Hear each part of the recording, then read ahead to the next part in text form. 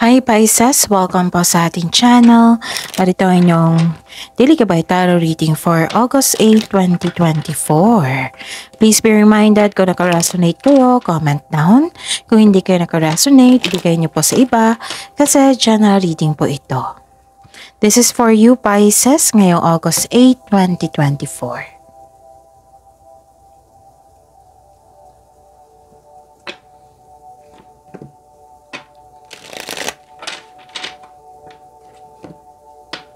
Maraming salamat po sa inyong patuloy na suporta at maraming salamat po sa mga hindi nag-skip ng ads. Gamitin ang reading na ito bilang gabay lamang. Sa mga hindi pa nag-subscribe, subscribe na po kayo. Subscribe na po kayo at click bell notification para malaman nyo na may bago tayong video. Para sa mga gusto magpa-reading po, may lumabas dyan sa screen nyo ngayon. Panoorin nyo po at sundin ang instruction. Calling the attention sa mga suki ko dito na Pisces. Open na po ang inyong Monthly Gabay Tarot Reading for August 2024. Pwedeng nakafocus sa career and money, pwedeng general reading na may kasamang love reading. Okay, maraming salamat po.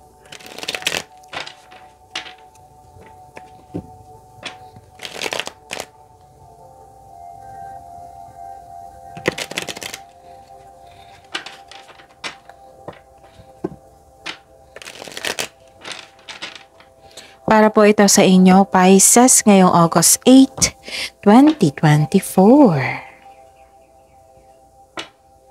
Spirits Guide, mga ganap po. Para kay Pisces, ngayong August 8, 2024. I need 3 cards po.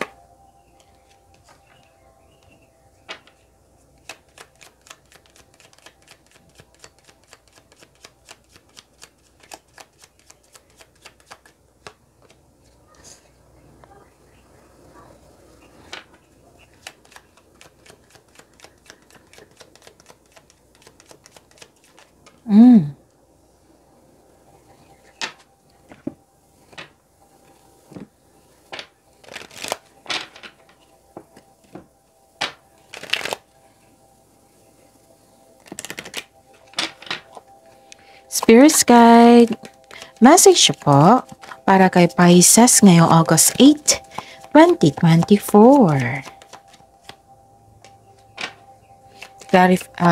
Another card po, another message.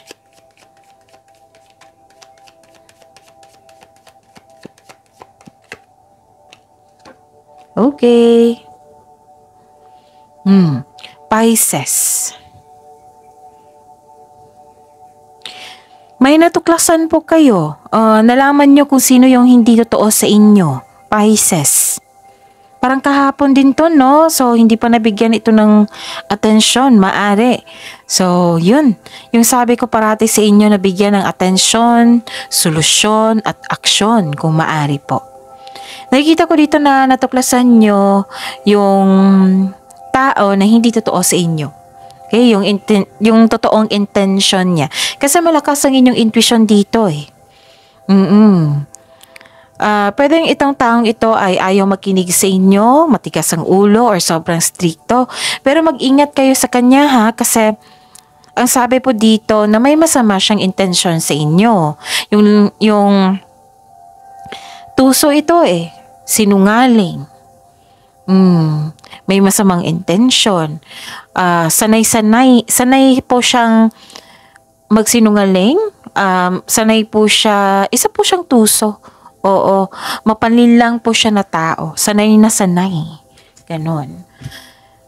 At least alam nyo, 'di ba, yung tao hindi totoo sa inyo. Tapos, kung sa love life ito, pwedeng temptation ito. Alam nyo naman ang difference ng temptation and inspiration, 'di ba? Both are makakaramdam ng exciting yan. Pero yung temptation is, alam nyo naman kung saan galing yan, di ba? So, mag-ingat pagbalanse sa emotion. Pagbalanse din sa logical. Okay? Mas pansinin nyo yung logical kaysa emotion. Okay? Tapos, yun. Pwedeng third party to concern. Pwedeng may nagsumbong sa inyo regarding sa third party or may ganat talaga na third party. Basta po may nakita kong temptation dito eh. Nagsinungaling, troubles, danger, andyan po eh. So, at least alam nyo na kung sino iyan. Kaysa wala, 'di ba? Na totoong-totoo ka sa kanya tapos yung in return niya, akala mo totoo pero hindi pala. Okay, pwedeng magkaroon ng gusto mong kausapin tong taong ito eh, pero nagkaroon ng delay. It might be nag-iingat ka. It might be gusto mong humupa yung sitwasyon bago. Oo, at tinitingnan mo yung chances eh, kung may chances ba. Kasi mahirap kausapin yung tao pag close-minded. O, mahirap at aksaya ng time, ng energy mo, 'di ba? Ikaw, Pisces, is very genuine ka, totoong-totoo. Tapos ang response is walang gana. Ang hirap niyan. Okay? Tapos malalim din ang iniisip mo regarding sa inyong ambisyon sa buhay. Goal sa buhay. Nagkaroon kayo ng time for reflection dito. Kaya nga mataas ang inyong intuition dito. Okay? So this is a clarification of your emotions are running high. Sabi po ng card dito. So this is a clarification of your card here. Gusto mo siyang kausapin pero kung sa tingin mo close-minded siya, wag muna. Okay? Kasi alam niyo naman na yung intensyon ng tao, tuso, 'di ba? Kung sa trabaho ito, pwedeng rivalry ito. Pero ano siya eh, unhealthy rivalry competition. Ang saya pag healthy competition, 'di ba? Lahat naman tayo na try niyan. Pero itong taong ito, kumbaga example ha, kung may achievement, achievement mo, lahat natutuwa eh maliban sa kanya. Oo. So, yung sabi ko sa inyo parati, Pisces, na we cannot please everyone, everybody. Hindi lahat ng tao magugustuhan tayo kahit gagawa pa tayo lang para sa ikakabuti niya. Oo, kung decided na ito na hindi kanya like or gusto na maging kaibigan or hindi talaga yan. So not everybody na matutuwa. Walang problema po sa inyo, Pisces. Ito yung sinabi ko din kay Cancer eh. Kasi full of, ang ganda ng reading din ng Cancer para sa inyo na full of ambition. Yung things is going your way, ganon. Tapos may isa lang tao na hindi natutuwa sa inyo. Yon. Katulad din yung advice na from Cancer to, ngayon, Pisces. Wag niyong pilitin or what I meant is, wag kayong mag-focus sa ganyang tao. Wag kayong mag-focus sa ganyan. Kasi marami pa naman nagtiwala sa inyo eh. At higit sa lahat, nagtiwala kayo sa inyong sarili. Lalo na si God, nagtiwala sa iyo. Diba? Why focused kayo sa isang tao na hindi naayon sa inyong gusto, diba? So, yun. Emotions are running high. Gusto mo siyang kausapin, pero I advise wag muna. Kasi, nakikita ko talaga yung itigas ng ulo niya or stricto. Basta may attitude talaga. Tapos check mo yung mga nag-approach mo ngayon ha, kung talaga bang totoo ba yan or hindi. Gamitin mo yung intuition mo, okay? Makinig kayo sa inyong intuition.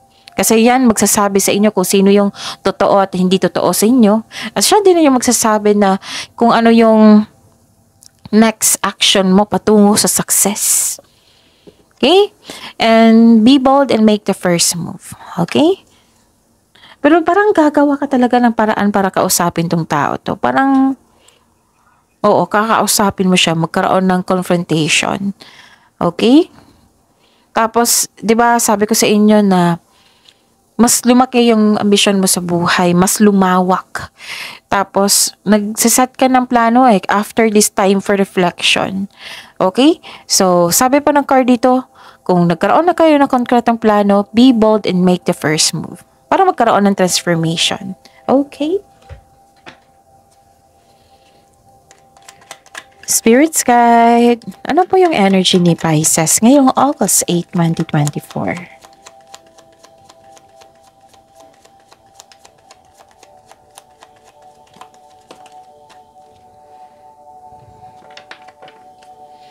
And the clarification of this card po.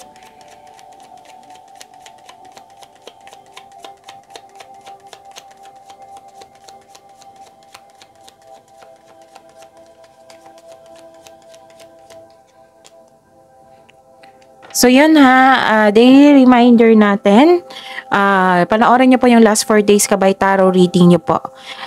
Kahit weekly man yan, kahit monthly man yan, basta sunod-sunod yung date. Like for example, napanood nyo ito ngayong August 8, 2024. Panoorin nyo po yung August 7, 6, 5, 4, 7, 6, 5, 4. Okay?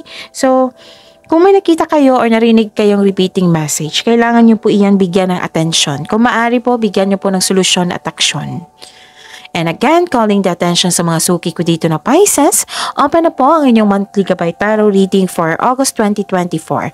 Pwedeng nakafocus sa career and money, pwedeng general reading na may kasamang love reading. So, message na po ako for booking. Maraming salamat po.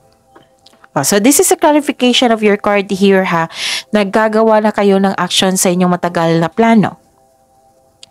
Kasi, okay, so this is a new beginning and this is also the new beginning. Alright? Nabigla ka sa pagbabago. May bigla ang pagbabago dito. Pwedeng sa financial man ito or sa connection mo sa isang tao. Kasi nalaman mo, 'di ba? Nalaman mo ang katotohanan. A sudden change na, 'di ba, may pagbabago. A sudden change na hindi ka takot mag-let go. Pwede din nabigla ka sa pagbabago. Okay, listen. Magkakaroon po, itong pagbabagong ito, huwag kayong matakot or mag-hesitate sa pagbabago na ito. Why? Kasi nakikita ko dito na makakasuporta ito sa growth and expansion mo. Yon. This is unexpected na pagbabago eh. So, always expect the unexpected. And this is the clarification of your card here. Dalawang card na po nagsabi dito na may nalaman kayong sekreto which may be shocking. It might be itong sekretong ito is anong tawag nito? Itong taong hindi totoo sa inyo na akala mo totoo siya. Right? Yon. Pero usually, ang sekretong ito ay parang naramdaman ko ha, parang sa love to. Love and romance. Yes. Okay? Yon. This is a clarification of your card here kasi 3 card na po nagsabi dito na nakafocus kayo sa ambisyon nyo sa buhay. Nag-update, parang nag-update ka dito kasi nag-time for reflection kayo eh. Yung, anong tawag dito? Time for reflection. Kung baga, nag-iisip kayo kung saan ka na, sa inyong goal sa buhay, kung ano yung natutunan mo sa nakaraan, kung ano yung dapat na changes, pagpaplano po. Konkretong plano. Tapos, yun. Puro ambisyon to eh. So, this is good kasi nakafocus ka sa inyong ambisyon sa buhay. Okay? Nagkaroon ng reality check. Yun, natumbok ko rin. And, yun. Nakikita ko dito na wag po daw kayong maniwala sa chismis. Criticism po. Pero guarded ka naman dito eh. Ayaw mo nang masaktan. May tao talagang salbahe dito, Pisces. Mag-ingat kayo sa kanya, ha? Maldito, suplado. Lumabas din. Di ba sabi ko sa inyo, parang nararamdaman ko kasi love or romance, yung competition na yan. May energy po dito na isang concern sa kabit. Oo. Concern sa kabit. Which is concern mo yata or may nagsumbong sa inyo. So, wag po daw kayong maniwala sa chismis. So, lumabas nga. Itong nakapag-rival sa inyo, itong taong ito, it might be kasamahan mo to sa trabaho ha. Tapos involved siya sa third party. Na ang salbahe-salbahe niya sa inyo sa trabaho. Tapos alam mo na involved siya sa third party. Pwedeng ganun. Oo. May ano talaga raw, salbahe po siya. Mag-ingat po kayo sa kanya ha. Alam kong matapang kayo. Alam kong gusto niyo ng justice. Pero tingnan natin. Gusto mong kausapin tong taong ito eh. Okay. Tingnan natin yung cards mo. Spirit's Guide.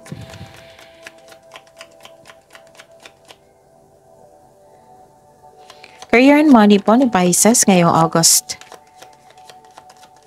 8, 2024. May nagsabi sa akin ngayon August 20 po. Pisces. Nawan ko lang, baka special yan sa inyo. Okay. And the clarification of this card po para po kay Pisces ngayong August 8, 2024. Baka selos na selos tong taong to sa inyo. Kasi, nang babad trip tong taong to eh. Pero sana po nakinig kayo sa cards nyo dito na kung pwede po umiwas kayo sa kanya. Kasi ang ganda-ganda ng parating sa inyo. Oo, di ba focus kayo, nag-decide kayo mag-focus kayo sa ambisyon sa buhay. Tapos made-distract lang kayo sa taong ito. Di ba? Huwag kayong pumayag sa ganyan. Walang problema sa inyo, Pisces. May problema sa kanya. Pag uugali niya yan, walang problema talaga sa inyo. Siguro, nasusuya lang siya. Tagalog ba yung nasusuya? Yung naiinis, ganon. Naiinis, nang babad trip. Ay nako, wag yung kung maari po Pisces wag nyong ano tawag dito? Huwag niyong i-allow siya sa inyong energy kasi gagawa talaga yan ng paraan para magkaroon kayo ng blockages. Sayang naman yung parating sa inyo which is kitang-kita ko dito. Okay. Nakikita ko dito Pisces na may gusto makipagkita sa inyo ngayon, no? This is about your career and money, ha? May atraso to sa inyo regarding to sa career and money. Gusto niyang humingi ng tawad sa inyo. Tapos ngayon, 'di ba, sabi ko sa inyo 3 card na po nagsabi dito na may kasi repeating message Gusto kong klaruhin sa inyo. Kasi repeating message, 'di ba, sabi ko sa inyo kanina pa na kung may repeating message, kailangan niyo talagang bigyan niyo ng atensyon. Kung maaari, nasa inyo na po 'yan.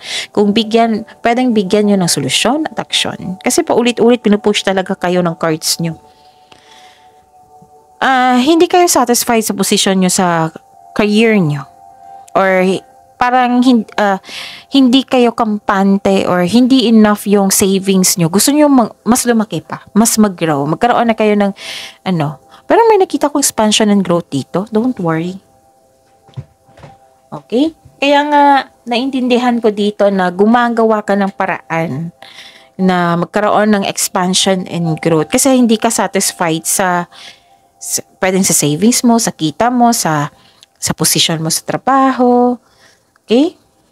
Pero don't worry kung disappointed ka dito ha. Huwag kayong mag-alala. Kasi nakitang-kita ko naman dito yung pagbabago nyo.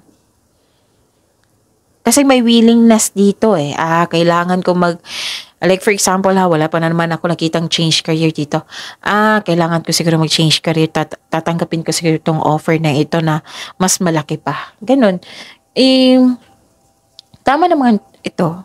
Oo, kasi ako sa achievement and I'm sure kayo rin, 'di ba? Sino ba naman na hindi gusto ng achievement? Gusto mo talaga ng achievement, mas mag-grow pa. Yung tinitest mo talaga yung sarili mo na kaya ko ba ito? So kaya ko, ganun. Kaya natin. Pisces. Basta may hingi na sorry sa inyo, pero check nyo ha kasi may lumabas dito na deception. I-check nyo kung totoo, kung genuine ba yan, totoo ba siya, yung approach niya. Maging guarded po. I advise maging guarded kayo, okay? Hindi naman sa sinabi ko na hindi mo i-allow. Baka nga, i-check nyo eh. Maramdaman nyo yan eh, kung totoo ba siya or hindi. Okay? So, i-check nyo yung parating na gabay nyo sa araw-araw. Oo, kasi makikita naman natin dito na mag-transform itong taong ito. Makikita natin na kung hindi ba siya totoo sa inyo or hindi.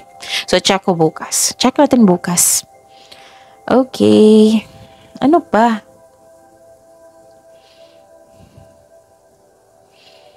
Ang ganda. Ito yung sabi ko sa inyo na magpapa-epekto kayo sa toxic. Tapos ang ganda-ganda ng parating sa inyo. Hindi ako galit ha. Naiinis kasi ako. Siguro naiinis ka sa taong ito. Kasi ramdam na ramdam ko yung inis. Parang kahapon pa to, no? Oo. This is wealth and generosity. Well, see? Saan kayo mag-focus? Dito tayo sa wealth and generosity. Kasi positive side to eh, wealth. Okay? Kitang-kita ko yung tagumpay mo dito. Tagumpay sa pananalapi, katatagan ay nasa iyong kamay na. May parating na kasosyo ha or mamuhunan upang tulungan ka sa pagkamit ng iyong layunin. May magbibigay ng tulong sa inyo. Para makamit mo yung gusto mo sa buhay. Para mas umasenso ka. Yun. So, hintayin mo. Kasi nag-impatient ka dito eh. Gusto ko mag-grow. Pero may dumating sa inyo na tulong oh. Wow. And lumabas dito yung energy nyo na, yung pag-uugali nyo. Maasahan sa buhay, mahusay sa buhay. Maaring malakas kayo eh. Malakas kayong, yung mahilig kayong magbigay ng tulong, lalo na't pera. Alam kong mahilig kayong magbigay ng tulong lalo na pera. Pisces. And leadership role, yes, may nakita ko dito. Financial stability, yes, may nakita rin ako dito. Tagumpay, yes, meron. So, yan, may offer ha. May offer po na leadership role. Okay? So, pag-isipan po ng mabuti. Kasi gusto mo mag-grow eh. So, pag-isipan na mabuti, pagpaplano, gather factual information, para sure na sure. Diba? Para buong-buo yung confidence mo. So, yun. Spirits Guide, Love Life, Self-Love, Partnership, and Romance ni Pisces ngayong August 8, 2024.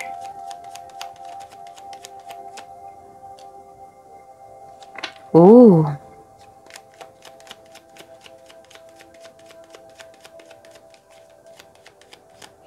Yun, maraming salamat po sa patuloy na tiwala sa suporta sa ating channel. At maraming salamat din po sa mga hindi nag-skip ng ads. May lumabas dyan sa screen nyo ngayon. Panoorin nyo po. Kung gusto nyo po iyan, then follow instruction. May nakita, wag po talaga maniwala sa chismis. Kasi may nakita rin ako dito. Nag-spy sa'yo. Nako, yung hihingi ng sorry sa inyo.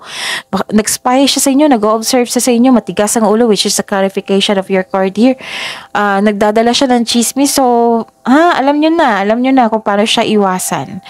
So, check nyo muna kung totoo ba yung chismis na yan. Pero sabi pa dito, hanggang dito, wag kayong maniwala sa chismis. Kasi baka intention niya ibigay itong chismis sa'yo para mawalan ka ng panatag. Diba? So, check nyo kung totoo ba yung taong yan sa inyo. Yung naghatid ng chismis. At least alam nyo na ha. At nakikita ko rin dito na wow. So, ito yung gusto mo, growth and patience. Sa love life, nagmamadali, ang ilan sa inyo sa mga single, nagmamadali kayong magkaroon ng relasyon. Some of you. So, sabi po ng card dito, slow down and enjoy the adventure in this moment kasi kitang-kita ko dito hinahanda ni universe yung para sa inyo. So, habang inihintay itong nakatadhana sa inyo, self-love, more self-love, asikasuhin talaga yung magbigay ng panahon sa sarili. So, magsimula sa atin, kung hanap natin green flag, so dapat magsimula sa atin. Ganon. Ideas na yan, ha? Oo. Maghanda po. Okay, so that's it. See you tomorrow, Pisces. Please like, subscribe, and click bell button for notification para updated po kayo sa daily tarot reading natin. Maraming salamat po.